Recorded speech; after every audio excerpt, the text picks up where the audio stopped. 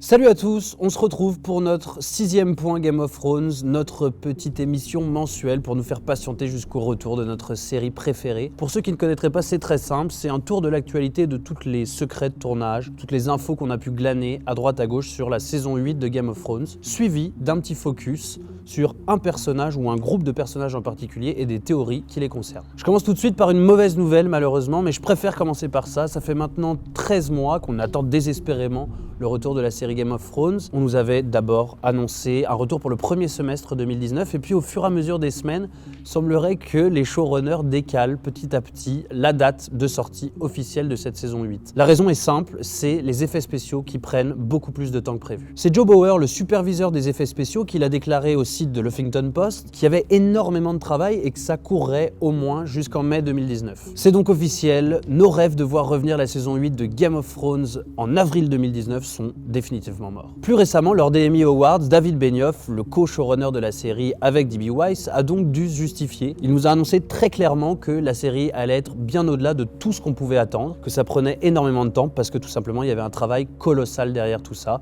et que le public n'allait pas le regretter. Alors si j'étais optimiste, j'aurais pu vous dire on peut parier sur un retour juin 2019, peut-être.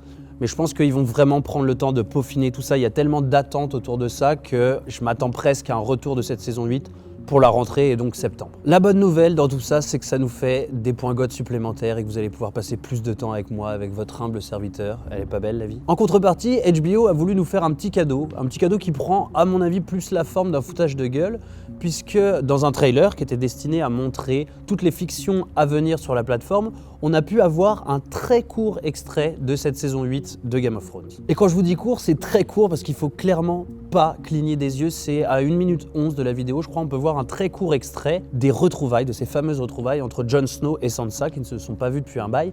Mais on voit surtout un regard assez noir de Sansa. Honnêtement, je pense qu'il est adressé à Daenerys, elle est un peu méfiante, elle ne l'a jamais rencontré. Après l'absence remarquée de Game of Thrones lors des Emmy Awards de l'année dernière pour des raisons de date de diffusion, la série est revenue en fanfare et a fait un vrai carnage. Résultat, Game of Thrones établit un record avec pas moins de 22 nominations lors de ses derniers Emmy et surtout, elle repart avec le prix prestigieux de la meilleure série dramatique pour sa saison 7, comme en 2015 et en 2016. Pour s'imposer dans la catégorie reine, elle a tout simplement surpassé The Handmaid's Tale, qui était pourtant le vainqueur de l'année dernière, mais aussi des séries à gros succès, comme Stranger Things, comme The Crown, et puis sa pote de chez HBO, Westworld. Autre récompense importante et à laquelle on pouvait s'attendre, c'est Peter Dinklage, qui interprète à merveille Tyrion dans la série, et qui repart tout simplement avec sa 3e statuette, toujours dans la catégorie meilleur acteur dans un second rôle dramatique. Ces deux prix font en plus écho à la razzia qu'a opéré la série Game of Thrones lors des Creative Art Emmy. C'est un peu le pendant technique et artistique de la véritable cérémonie. Elle s'est déroulée le 8 septembre dernier et ils ont remporté donc 7 statuettes. Alors je vais pas les faire dans le détail, mais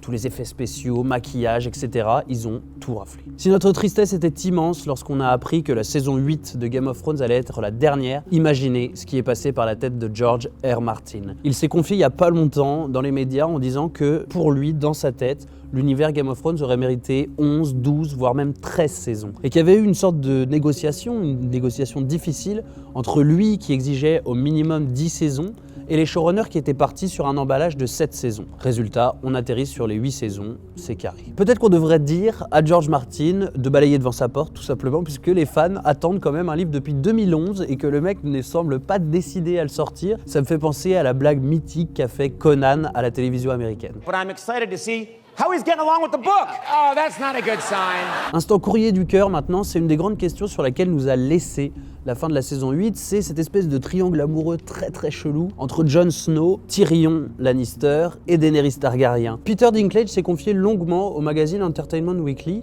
pour expliquer la nature de la relation qui unit Tyrion et Daenerys. On se souvient tous de cette scène, Jon Snow et Daenerys font l'amour à la bougie façon téléfilm érotique et que ce petit coquinou de Tyrion les observe avec un regard un peu noir, mine de rien. Il se trouve que la théorie de Peter Dinklage, c'est que Tyrion est amoureux de Daenerys, ou en tout cas il croit l'être, et qu'il jalouse un peu ce rapprochement entre Jon Snow et Daenerys, et surtout il jalouse la complexité de la situation. Il a très peur que passion et politique ne fassent pas bon ménage et que ça mène les deux personnages qu'il adore à leur perte. Ce sera clairement une des grandes questions de la saison 8, comment va fonctionner ce triangle amoureux et puis à l'intérieur de celui-ci, comment vont évoluer Jon et Daenerys ensemble, surtout quand ils vont apprendre leurs liens familiaux. On enchaîne avec une rubrique qui risque clairement de devenir un classique dans notre point GOT. Cet instant tatouage, cet instant I will always remember. On se souvient, la dernière fois on avait parlé de Sophie Turner qui avait marqué le coup. Et bien là maintenant c'est Emilia Clarke. Emilia Clarke qui s'est fait un tatouage tout simplement de ses 3 dragons. Elle nous a montré ça sur Instagram avec une légende magnifique, MOD for life,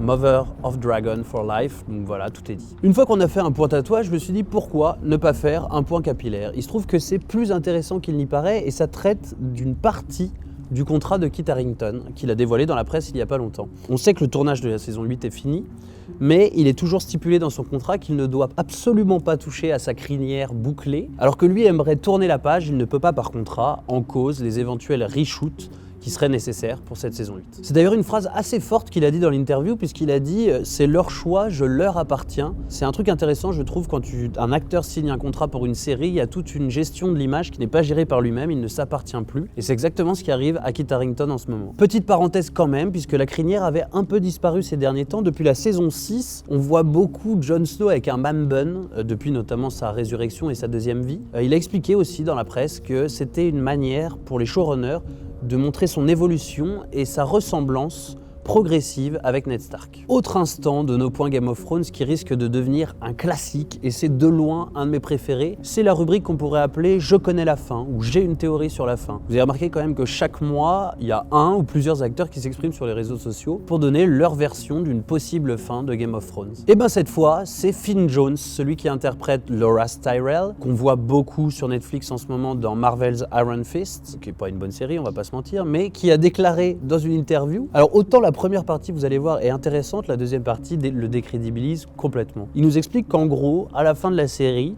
lui, il voit qu'il n'y aurait plus de trône et que ce serait un peu paradoxal, mais le système serait devenu complètement démocratique. Et puis après, il revient sur ces mots et il dit « Mais en fait, je pense que c'est trop compliqué, donc je pense comme tout le monde, je pense que tout le monde va mourir. » Je vous avais prévenu, avec le temps, j'arrive presque à faire des rubriques qui reviennent tous les mois. Et là, on en a encore une. C'est l'instant pub de la montagne qui est prêt à vendre ses fesses dans toutes les pubs inimaginables pour faire du cash. Cette fois, c'est une pub KFC qui est juste hallucinante. Je vous laisse apprécier vous-même. It's a perfect sandwich! Chose promise, chose due, on s'attaque maintenant au Focus, votre moment préféré de notre point GOT mensuel. Et ce mois-ci, on se concentre sur une famille au destin bien particulier, la famille Greyjoy. Petit rappel pour ceux qui l'auraient oublié, la famille Greyjoy est une des grandes familles de Westeros. Elle règne sur les îles de Fer, un royaume qui est reconnu pour ses marins et ses constructions navales. Depuis leur siège, Pike, ils envoient des grandes expéditions pour écumer les mers et honorer la tradition de ce qu'ils appellent les Fers-nés. Il y a une grosse similitude avec la civilisation viking et les mecs ont tout simplement en toute détente pour emblème un kraken. Comme la plupart des familles de Westeros depuis pas mal de saisons, la famille Greyjoy a connu énormément de victimes et donc il n'y a que 3 personnes qui retiennent notre attention pour cette saison 8. On a d'abord Theon Greyjoy, c'est le premier de la famille qu'on a vu dans la série, c'était un personnage majeur et attachant des premières saisons où il avait été recueilli par la famille Stark. Et puis tout a basculé au moment où il a décidé de les trahir.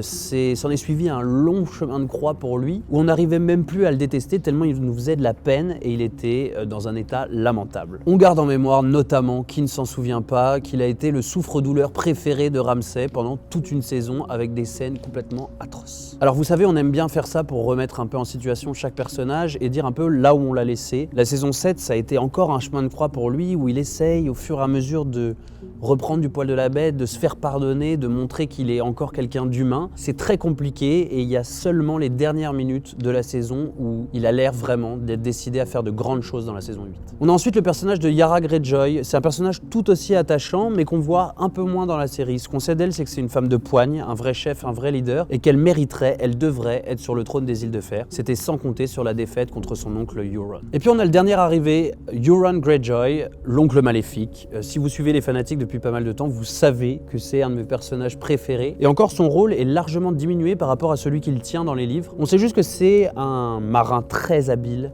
un stratège militaire très habile qui a été exilé et qui donc a vu tout de l'univers Goth. C'est un sacré avantage militaire pour Cersei.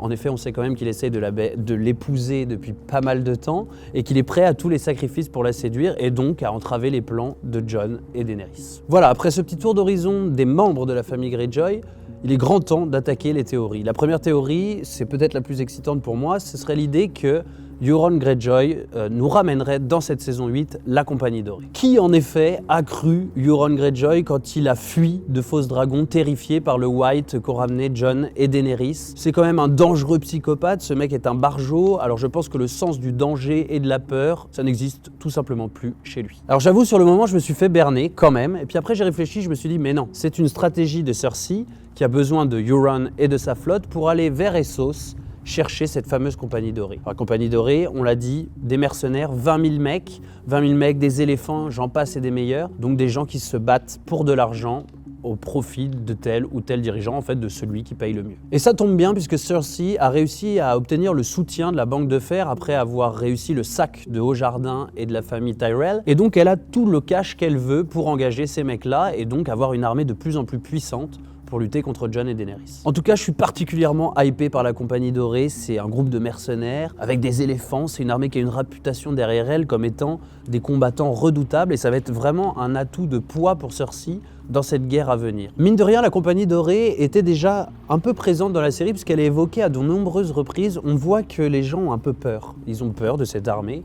Ils ont peur d'y avoir recours. C'est notamment le cas quand Sir Davos s'adresse à Stannis Baratheon et lui dit « Bah mec, si tu veux gagner, t'as qu'à recruter la Compagnie Dorée. » Stannis ne veut pas en entendre parler. Et puis un truc qui est amusant, c'est qu'il y a beaucoup de personnages qui ont eu ou qui ont encore un lien avec cette fameuse Compagnie Dorée. Notamment le fameux Jorah Mormont qui s'est pendant un temps engagé avec eux. On a eu aussi Sir Barristan Selmy, vous vous souvenez, c'est le garde du corps de Daenerys avant qu'il se fasse assassiner. Et puis on a bien sûr Daario Naharis qui lui a été pendant longtemps un membre de la Compagnie Dorée.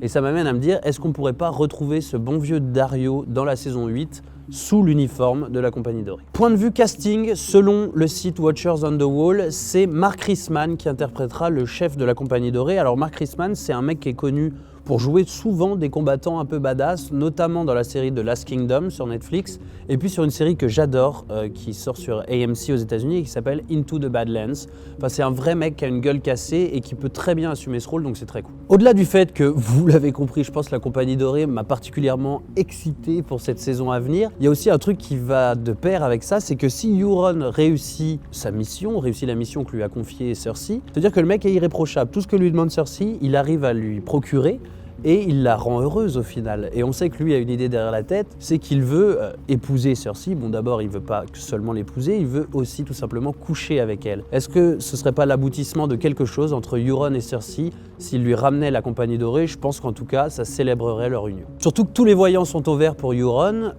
Jaime a dû quitter la ville, il s'est embrouillé avec sa sœur. Lui, il satisfait entièrement Cersei. Et puis dans sa tête, il a quand même une ambition, c'est celle de devenir roi. S'il épouse Cersei, il devient automatiquement roi. Et puis sexuellement, je pense qu'il va s'éclater parce que Euron, il a, à mon avis, une sacrée attitude de pervers. Il y a enfin un dernier fantasme autour du personnage de Euron, c'est cette histoire fameuse du corps dompte-dragon. Alors c'est quelque chose qu'on retrouve pas mal dans les livres. C'est un objet magique très puissant qu'il a ramené d'un de ses voyages et qui en fait donne à son détenteur la possibilité de contrôler un dragon uniquement s'il est en danger de mort. Alors bien évidemment, ce serait incroyable de voir ce corps dompte-dragon apparaître dans la saison 8, surtout que maintenant il y a tout un jeu des dragons qui va être très important. On sait que Daenerys a encore 2 dragons dans sa possession, le roi de la nuit en a maintenant 1. Mais il se trouve que l'arc narratif de Euron, à mon avis, n'a pas été assez développé dans la série pour que ça se fasse. Sinon, ça s'étirerait, ce serait bien trop long et ça s'étirerait sur au moins 22 saisons. Je crois beaucoup en la stature d'ennemi increvable de Euron. C'est vrai que c'est un redoutable chef de guerre, mais je pense qu'il aura une importance moindre que ce que George Martin comptait lui donner dans les livres. Malheureusement, pour lui, la saison 8, il ira pas jusqu'au bout, je pense, c'est ma théorie en tout cas, qu'il mourra au combat, qu'il mourra courageusement, mais qu'il n'ira pas au bout de l'univers Game of Thrones, en tout cas en série. On s'attaque ensuite à une des théories les plus évidentes sur la famille Greyjoy et elle concerne Theon Greyjoy. On l'a dit tout à l'heure, ça fait plusieurs saisons qu'il traverse un vrai chemin de croix et il a besoin, il a envie et le personnage doit se racheter pour exister aux yeux du spectateur. Et bien ça tombe bien parce qu'il y a de grandes chances que Theon Greyjoy redevienne un personnage glorieux, courageux et un vrai combattant lors de cette saison 8. Ça a déjà commencé d'ailleurs en fin de saison 7 avec cette scène assez émouvante où justement il arrive à convaincre ses hommes qu'il peut être un chef pour eux, qu'il peut les guider et qu'ensemble, ils peuvent aller sauver Yara. Et c'est là toute la clé en fait de la saison 8 pour Theon Greyjoy. Ce personnage va être omnubilé par l'idée de sauver sa sœur. Et la grande théorie qui tourne autour de ça, c'est que Theon Greyjoy perdra la vie en sauvant sa sœur. Petite larmiche quand même, parce que ça voudrait dire du coup que Theon Greyjoy ne reverrait plus jamais Jon Snow, qu'il ne pourrait pas vraiment se racheter par rapport à lui. On sait que les deux personnages se sont quittés dans une relation ambiguë, et c'est bien dommage. Et puis tout ça, ça nous emmène à une ultime théorie qui concerne le troisième membre de la famille Greyjoy. En se sacrifiant pour sauver sa sœur, Theon Greyjoy va libérer une future reine. Elle occupera enfin, et ce sera bien mérité, le trône des îles de fer, et peut-être qu'elle aura un rôle décisif dans une des dernières batailles de cette saison 8. Voilà, c'est tout pour ce 6e point Game of Thrones. J'espère que ça vous a plu et qu'on a été complet. N'hésitez pas à nous dire ce que vous pensez de toutes ces théories qui gravitent, notamment autour de la famille Greyjoy. C'est des personnages particulièrement attachants, donc on vous attend en commentaire là-dessus. On se retrouve le mois prochain pour un nouveau point Game of Thrones, et puis plus rapidement avec plein de nouvelles vidéos. En attendant, likez, partagez, envoyez-nous de l'amour, abonnez-vous. À bientôt, ciao.